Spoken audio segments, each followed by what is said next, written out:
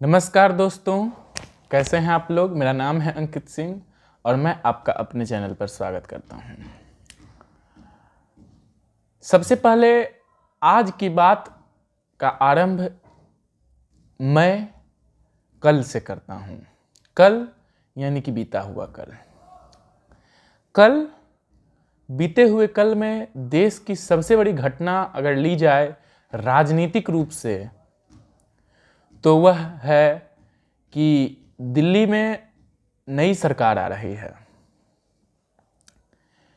नई सरकार यानी कि 24 वर्षों के उपरांत दिल्ली में बीजेपी की सरकार आ रही है और बीजेपी के जनता नई मुख्यमंत्री को देखना चाह रही है और वह देखेगी। हम आज बात राजनीति पर करेंगे।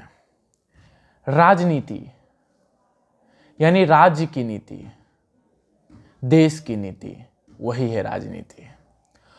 और अगर राजनीति नहीं तो लोकतंत्र नहीं, और अगर लोकतंत्र नहीं तो इस देश में पक्ष विपक्ष सत्ता का खात्मा और एकमात्र एक ही चीज बनेगी, वह है राजतंत्र।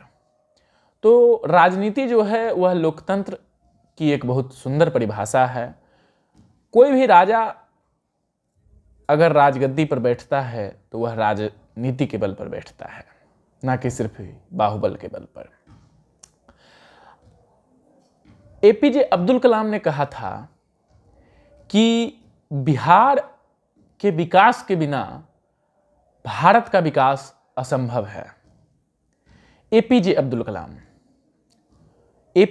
कलाम हमारे बीच एक जाने माने चेहरे हैं, भारत के पूर्व राष्ट्रपति और जीवंत आजाद भारत के सबसे बड़े वैज्ञानिक में से एक एपीजे अब्दुल कलाम थे, जिन्होंने अनेक प्रकार के मिसाइलों उपग्रहों में अपना ज्ञान और मनोविज्ञान का दान दिया। एपीजे अब्दुल कलाम की यह वक्तव्य कोई मामूली वक्तव्य नहीं है।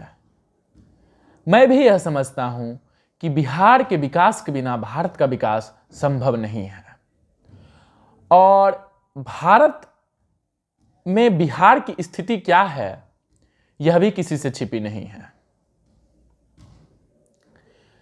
कोई भी विद्यार्थी अगर एक मामूली सा परीक्षा के लिए कोई भी प्रकार का आंदोलन करता है तो उस पर लाठीचार्ज होता है।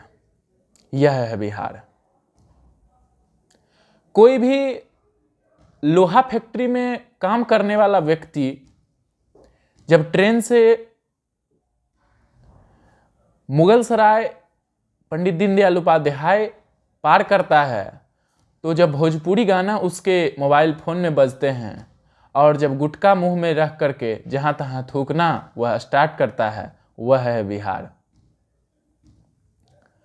कोई भी व्यक्ति जब किसी को आईएएस ऑफिसर बनता देख आईएएस ऑफिसर का ख्वाब देखता है मगर उसकी तैयारी करने के लिए किसी भी प्रकार की सुविधा खुद के राज्य में उपलब्ध नहीं है, वह है बिहार।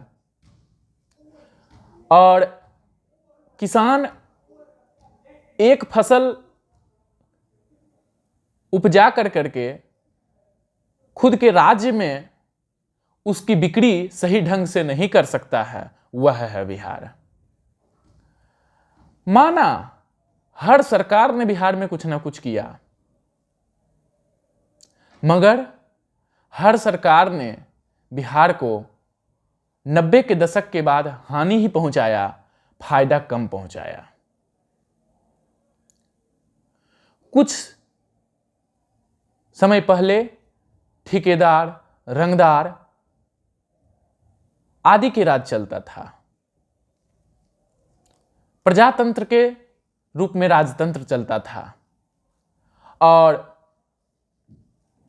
10 के दशक के बाद वह समय परिवर्तन हुआ और आज प्रजातंत्र का यानी प्रशासन का राज चल रहा है।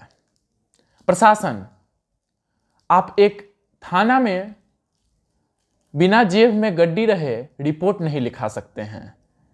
यह वह है प्रशासन। आप किसी भी वक्त किसी भी चीज के लिए वाजिब रूप से कितने भी शिक्षित हों, कितने भी बलशाली हों, बिना पैसे के दम पर कोई भी कार्य नहीं करवा सकते हैं। वह है बिहार, वह है बिहार की प्रशासन। हमारे जेब से, हमारे दिए हुए टैक्स से वो बैठ करके कुर्सी पर किसी भी पद पर समाज की रक्षा के लिए निर्धारित हुए हैं, और फिर भी उनको रक्षा करने के लिए ऊपर से हम ही पैसे दे रहे हैं। वह है प्रशासन। और उस प्रशासन के अंतर्गत हम किसी भी रंगदार अथवा राजतंत्र के जमाने से निकल करके उस प्रशासन के अंतर्गत अब हम लोग जी रहे हैं। तो बिहार की स्थिति यही रही, किसी से निकलो किसी से जियो। स्वतंत्रता हमें कभी प्राप्त नहीं हुई, और जब तक बिहार की स्वतंत्रता नहीं आएगी तब तक यह देश विकसित नहीं हो सकता है। वक्तव्य थोड़ा लंबा जा रहा है, लेकिन मैं 2 बातें और रखना चाहूंगा।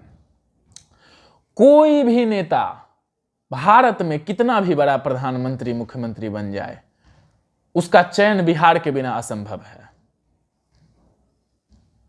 फिर भी वह नेता बिहार को देखने के लिए तैयार नहीं है, और बिहारियों को। और इसकी स्थिति आप यहीं से अंदाजा लगा सकते हैं कि कोई आम आदमी बिहार यूपी जैसे क्षेत्रों से बाहर निकल करके देख ले, उसको पता चल जाएगा कि उसकी क्या औकात है। एक मामूली सा खुद के पैसे हम दे करके जब खाना खाते हैं और उसमें अगर गलत खाना निकल जाता है तो उसके लिए आवाज उठाने के लिए हमारे साथ कोई तैयार नहीं होता है, तो वह बिहार की स्थिति है। तो इस बिहार की स्थिति को देखते हुए और एक खुशहाल का समय अगर आप लोग चाहें तो अब आ सकता है। खुशहाल का समय क्या आएगा तो वह मैं बता दूं, कुछ ही महीनों में। जैसे दिल्ली ने आज एक अपना नया मुख्यमंत्री देखा है, आपको भी अपना नया मुख्यमंत्री देखना है। और वह नया मुख्यमंत्री आप तब देखेंगे जब आप एक सही नेता का चुनाव करेंगे, चाहे वो किसी भी पार्टी का हो। सही रूप से, सुशिक्षित रूप से उनका चुनाव करें, जाति के आधार पर नहीं, धर्म के आधार पर नहीं। आधार सिर्फ होना चाहिए जनता के मत के आधार पर, तभी यह राज्य विकसित होगा। क्योंकि आधा से अधिक 90 के दशक के बाद बिहार की जो गर्त स्थिति हुई है, उसका सिंगल एकमात्र कारण जातिवादिता है। तो आपसे मैं उम्मीद करता हूं कि आप मेरी बात को समझे होंगे। और अब मैं आज से लेकर करके जब तक बिहार के चुनाव का परिणाम नहीं आ जाता, क्योंकि इसी साल चुनाव होने वाला है, तब तक मैं बिहार पर कुछ ना कुछ वक्तव्य दूंगा और जनता को जागरूक करने का काम मैं करूंगा। बहुत बहुत धन्यवाद।